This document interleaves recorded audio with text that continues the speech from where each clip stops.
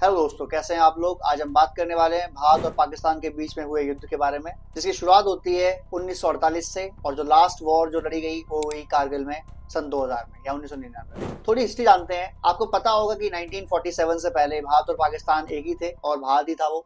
उसके बाद अंग्रेजों ने चाल चली और इस देश के दो टुकड़े कर दिए धर्म के नाम पर, जहाँ हिंदू और मुस्लिम के बीच में एक लकीर खींच दी गई, जैसे एक को बोला हिंदुस्तान और एक को बोला पाकिस्तान। लेकिन जैसे ही पाकिस्तान की शुरुआत हुई 1947 में, उसके बाद जो कुछ राज्य थे जिनको ये स्टेटस दिया था अंग्रेजों ने कि जहां वो चाहे वो खुद को विलय कर सकते हैं, चाहे पाकिस्तान में चाहे हिंदुस्तान में। उसके बाद ज्यादातर ने, बल्कि 90% क्या 99% ने भारत को चुना।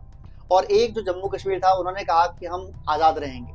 लेकिन जो राजा हरि सिंह थे, ये जो महाराज थे वहां के, उन्होंने बोला हम आजाद रहना चाहते हैं। उसके बाद पाकिस्तान एक चाल चली, मोहम्मद अली जिन्ना ने बोला कि क्यों ना हम इन पर कब्जा कर लें, क्योंकि वहां का स्टेटस एक गड़बड़ था जम्मू कश्मीर का। राजा था वहां का हिंदू और जनता जहां थी वो थी मुसलमान। तो बंटवारा कैसे हो ये तय नहीं कर पा रहे थे। तो पाकिस्तान ने कबाइलियों के भेस पे, यानी खुद को बताया कबाइली, कबाइली मतलब होता है कबीले वाले जो इलाके होते हैं वो, उनके भेस में हमला कर दिया जम्मू कश्मीर पर। उसके बाद राजा हरि सिंह ने मदद मांगी हिंदुस्तान की फौज से। और उसके बाद जेम्स, जो कहे जाते हैं हमारे सबसे तगड़े मेजर या अफसर कहे जाते हैं, सैम मानेकशॉ, वो और तत्कालीन जो हमारे उस टाइम के विदेश मंत्री थे, फॉरेन मिनिस्टर थे और साथ में होम मिनिस्टर थे, उन्होंने कहा कि अगर आपको भारत की मदद चाहिए तो आप पहले अपने राज्य को भारत में विलय कर दीजिए, तब आपकी हम मदद कर पाएंगे।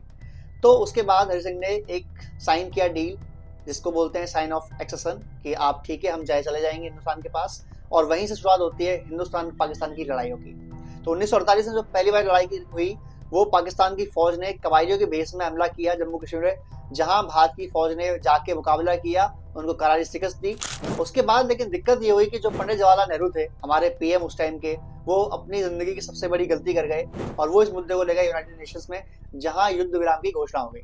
तो उसके बाद क्या हुआ कि जिसकी फौज जहां थी वो उसको दे दिया गया, जो कि पीओके आज तक हमारा पाकिस्तान के कब्जे में है। उसके बाद जो सेकंड लड़ाई लड़ी गई वो लड़ी गई सन 1965 में, और ये दुनिया के सबसे बड़े बैटल टैंक्स या टैंक की जो लड़ाई होती है उसमें से एक है, जहां पाकिस्तान ने फिर से जम्मू कश्मीर को हथियाने के लिए हमला किया भारत पर। और भारत ने जब अपने बॉर्डर खोले, लाहौर वगैरह में घुस गए भारत की फौज, तो फिर से जो डील साइन हुई, जहां ताशकंद समझौते में साइन हुआ जो कि रशिया में है, और वहीं पर हमारे जो दूसरे प्रधानमंत्री थे लाल बहादुर शास्त्री जी, उनकी डेथ भी हो गई एक संदिग्ध स्थिति में, जिसकी आज तक क्लैरिटी नहीं है कि एक्चुअली क्या हुआ वहां पर। लेकिन वहां पे समझौता हुआ कि भारत पाकिस्तान की फौजें अपने अपने इलाके छोड़ देंगी जो जीते उन्होंने, और वापस चली जाएंगी। अगेन फिर गड़बड़ हुई हमारे साथ, हम लोग अपनी फौज जो थी हमारी जीत के हम वापस आ गए अपने एरिया में। पाकिस्तान की फिर से फौज पूरा पीओके छोड़ के नहीं गई, वो पीओके में फिर से सेटल हो गई। इसी लड़ाई लड़ी गई जस्ट 6 साल के बाद 1971 में।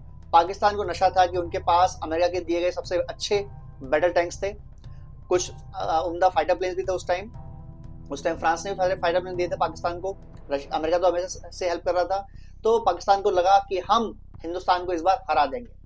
और इसके एक राय की वजह ये भी है कि मुक्ति वाहिनी नाम की फौज बन गई थी, या एक आर्मी बन गई थी बांग्लादेश की खुद की, क्योंकि जो उस टाइम ईस्टर्न पाकिस्तान होता था और जो आज पाकिस्तान है उस टाइम वेस्टर्न पाकिस्तान होता था।